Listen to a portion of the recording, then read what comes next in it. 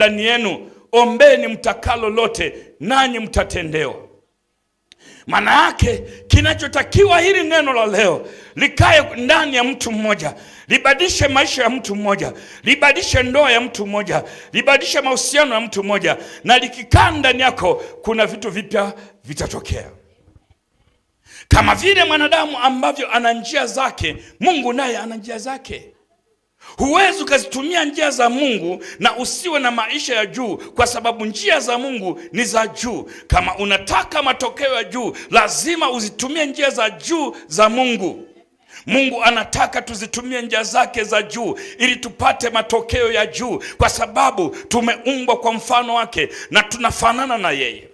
Kama unataka spidi ya kiungu kwenye maisha yako, ni muhimu na ni lazima uzitumie njia za Mungu za juu, kwa sababu wewe ni balozi wa Mungu hapa duniani. Kama hutaki vizuizi kwenye maisha yako, lazima utumie kanuni na sheria na njia zake za juu za kiungu. Kama unataka spidi ya kiungu, chagua njia za kiungu. Kama unataka mwisho wa juu, lazima uzitumie njia za juu za Mungu. Kuzichagua njia za Mungu ni kuchagua maisha yasiyo na vikwazo.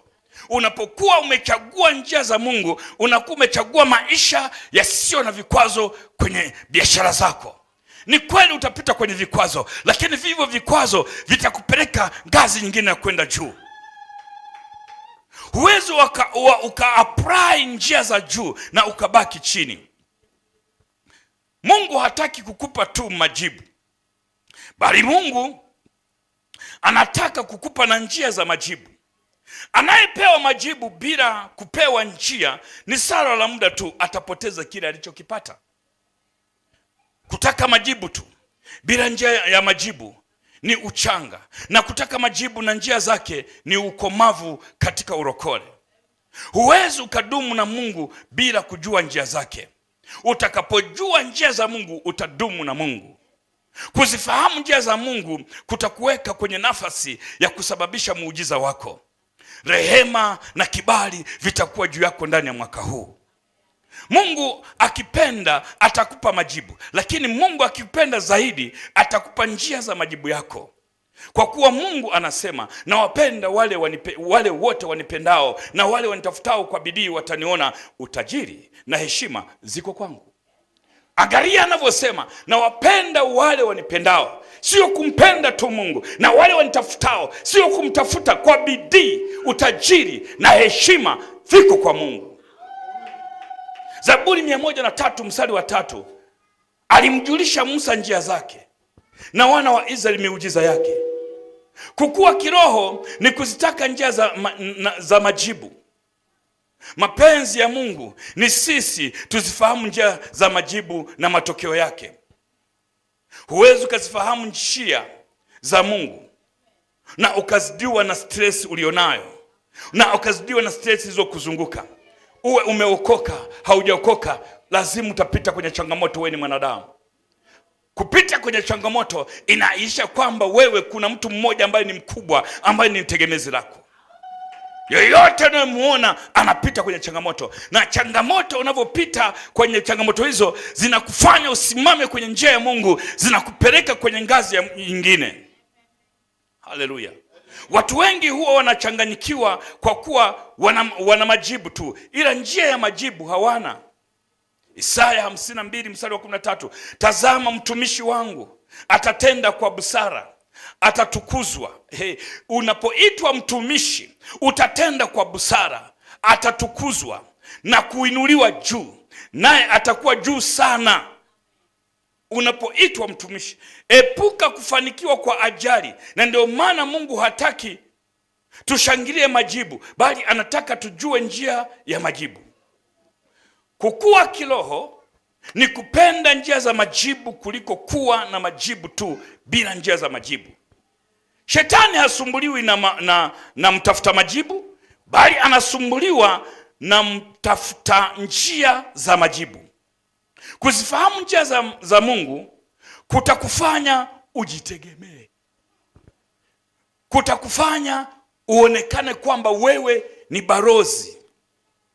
Kuzifahamu njia za Mungu kutakupa pumziko. Huwezi kuzitumia njia zetu kupata vitu. Hatuwezi tukatumia njia zetu kupata vitu vya kimungu. Tunatumia njia za Mungu kupata vitu vya Mungu. Usikate tamaa kama. Maisha yatakusukuma chini mara nyingi, lakini kusimama tena ndio nguvu yako.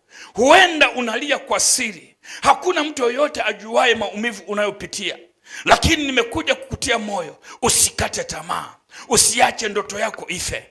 Haijalishi wanadamu wanasema nini juu ya maisha yako, usikate tamaa.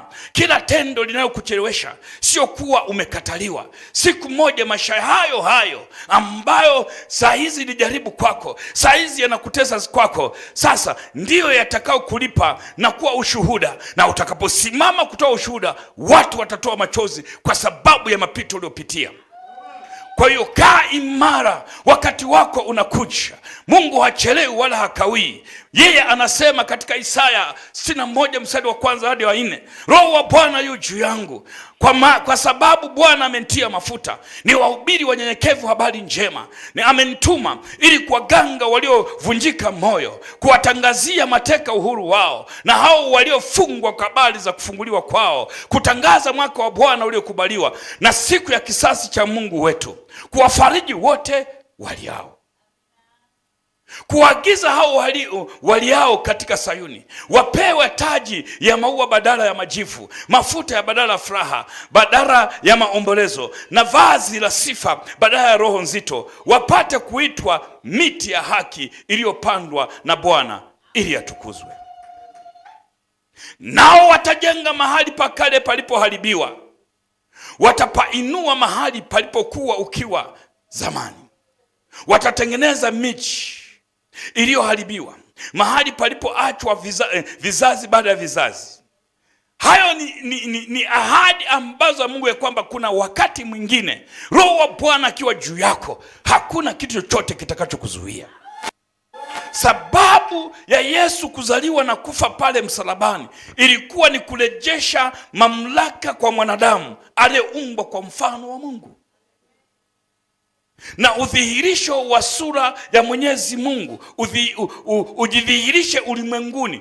Wewe hapo uliyeumbwa kwa mfano wa Mungu, kuna mambo mengine ambayo Mungu aliahidia inatakiwa tudhihirishe kwenye ulimwengu. Sio kufufua watu tu, inatakiwa hata hali ya uchumi tudhihirishe kwenye ulimwengu, kwa sababu sifa na godi haviko kwa Lusifa, vipo kwa Mungu wetu. Namba moja ni kumpa mamlaka na kumtia mafuta mwanadamu aliyeumbwa kwa mfano wa Mungu, ili aihubiri injili kwa wanyenyekevu, yaani aihubiri habari njema. Kwa kitu cha kwanza ni kuhubiri injili, wana wa Mungu. Kuhubiri injili kuna baraka, kuhubiri injili kuna upako, kuhubiri injili kuna badilisha status ya sura yako. Namba 2, sababu ya pili, kuwaganga waliovunjika moyo. Nimekuja katika ibada hii ya leo, yawezekana umevunjika moyo. Yesu yuko jirani. Hata kama watu wamekuacha, mama amekuacha, baba amekuacha, mchumba amekuacha, Yesu yuko upande wako. Namba 3, sababu ya 3, kuwatangazia mateka uhuru wako. Kuna mateka ambao wametekwa.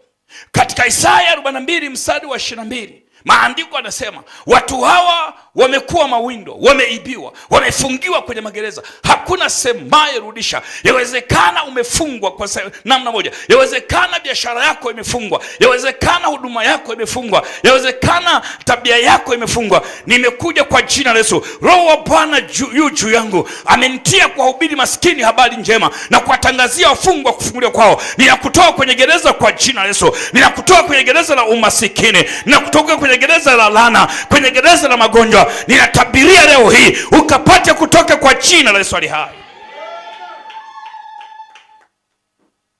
Sababu ya 3 ni kuwatangazia mateka uhuru wao. Sababu ya 4 ni kuwatangazia hao waliofungwa kufunguliwa kwao. Sababu ya 5 ni kuwatangazia mwaka wa Bwana uliokubaliwa na siku ya kisasi cha Mungu. Ninaenda kutangaza huu ni mwaka wa rehema na kibali. Ninakuja kutangazia ni mwaka wa Bwana uliokubaliwa. Rehema ikawe juu yako, rehema na kibali vikawe kwenye kampuni yako, rehema na kibali vikawe kwenye masomo yako, rehema na kibali vikawe kwenye kazi unayofanya, rehema na kibali. Nimekuja kutangazia mwaka huu ni mwaka wa rehema na kibali. Pokea hiyo neema kwa jina la Yesu hai.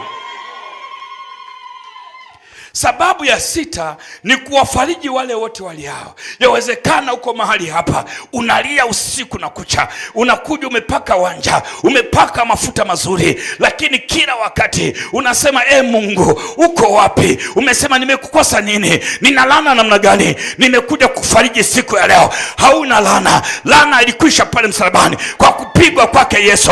Laana ilikupa msalabani. Unasema mimi ni yatima na ninapitia mapito haya. Kwa nini mimi Mungu? Nimekuja kutia moyo wewe uliye yatima, wewe uliye mjane, simama imara. Yesu anakupenda. Utayaweza mambo yote kama Esa aliyekuwa yatima akayaweza, akafungua Wayahudi. Na wewe binti uliye yatima utaenda kuwa kama Esa. Maisha yako yataenda kuinuliwa kwa Yesu. Masomo yako yamkini hata ada imekuwa ni shida kulipa katika mfumo wako. Nataka nikwambie hayo yote ni changamoto, ni giza nene liko kwenye maisha yako. Nimekuja kutangazia kama neno la Mungu lisemavyo katika Yohana 1 mstari wa 1 hadi wa 5, hapo mwanzo kulikuwapo na neno, na huyo neno alikuwako kwa Mungu, na huyo neno alikuwa ni Mungu. Pasipo huyo neno hakuna kitu chochote kilichofanyika. Ndani ya huyo neno mlikuwa uzima, na ule uzima ilikuwa ni nuru ya watu, na ile nuru yang'aa gizani, wala giza halikuweza tena. Ninatangaza kila giza lililo kwenye biashara yako likapate kuondoka kwa Yesu hai. Kila wachawi walioweka giza kwenye huduma yako ikapate kuondoka kwa jina la Yesu hai. Ninatangaza neno la Mungu, ninalituma neno la Mungu likatende miujiza kwenye biashara yako. Ninalituma neno la Mungu likalete uponyaji kwenye ndoa yako, likalete uponyaji kwenye afya yako. Haleluya!